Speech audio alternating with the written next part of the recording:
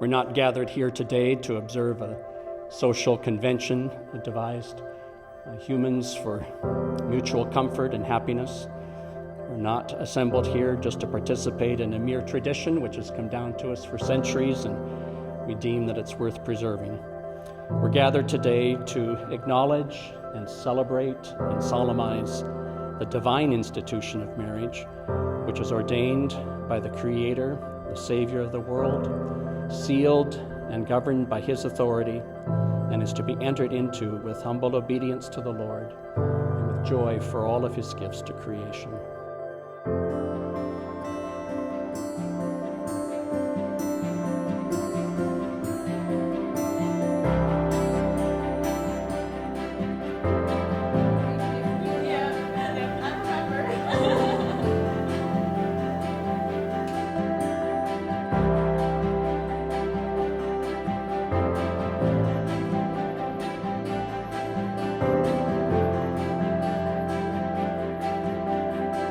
Megan, you might not know it, and BC, you certainly don't, that when Megan was very young, we prayed that someday she would have a godly husband. And Mom and I prayed for that, and of course, why would we doubt God provided a godly husband to her? And we're very thankful for that. And you look back at life, and today's a highlight for you. When Mom and I got married, it was a highlight for us, but probably the biggest highlight in our lives was when you decided to become a member of the church and pronounce to the world that Jesus Christ was your Lord and Savior. That they were the most miraculous days. And why should we doubt that either? Because God is so good to us.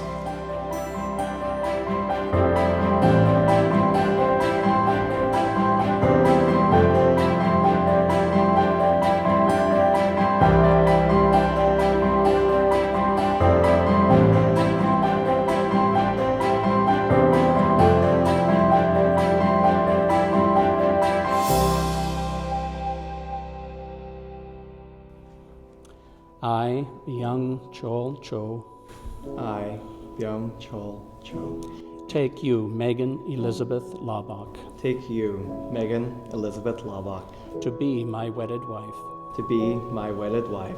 And I do solemnly promise and covenant And I do solemnly promise and covenant before God and these witnesses before God and these witnesses to be your loving and faithful husband to be your loving and faithful husband in sickness and in health, in sickness and in health, in plenty and in want, in plenty and in want, in joy and in sorrow, in joy and in sorrow, according to God's holy ordinance, according to God's holy ordinance, until God shall separate us by death. until God shall separate us by death. Richard Baxter said, it is a mercy to have a faithful friend that loves you entirely, to whom you may open your mind and communicate your affairs. And it's a mercy to have so near a friend to be a helper to your soul and to stir up in you the grace of God. As this ring has no end, As this ring has no end, neither shall my love for you. neither shall my love for you. BC, you may now kiss your wife.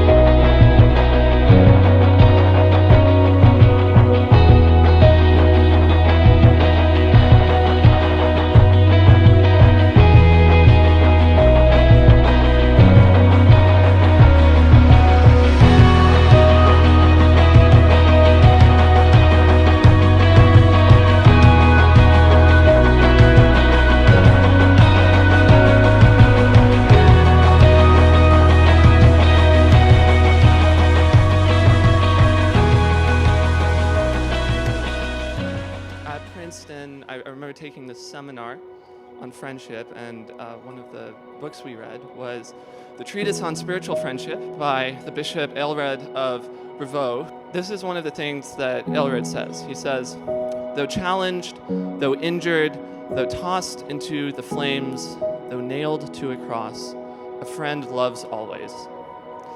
And in this, we see, I think, is the truest friend I have known. When I look at you guys, I see one of the most beautiful couples, not only because of the way you love each other, but I can see God's love in you. And that's one of the most beautiful things to me.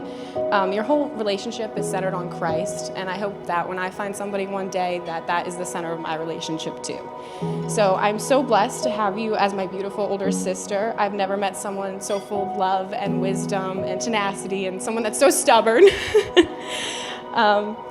BC, I'm so glad you're my brother. So I want to raise our glasses to the new Mr. and Mrs. Cho.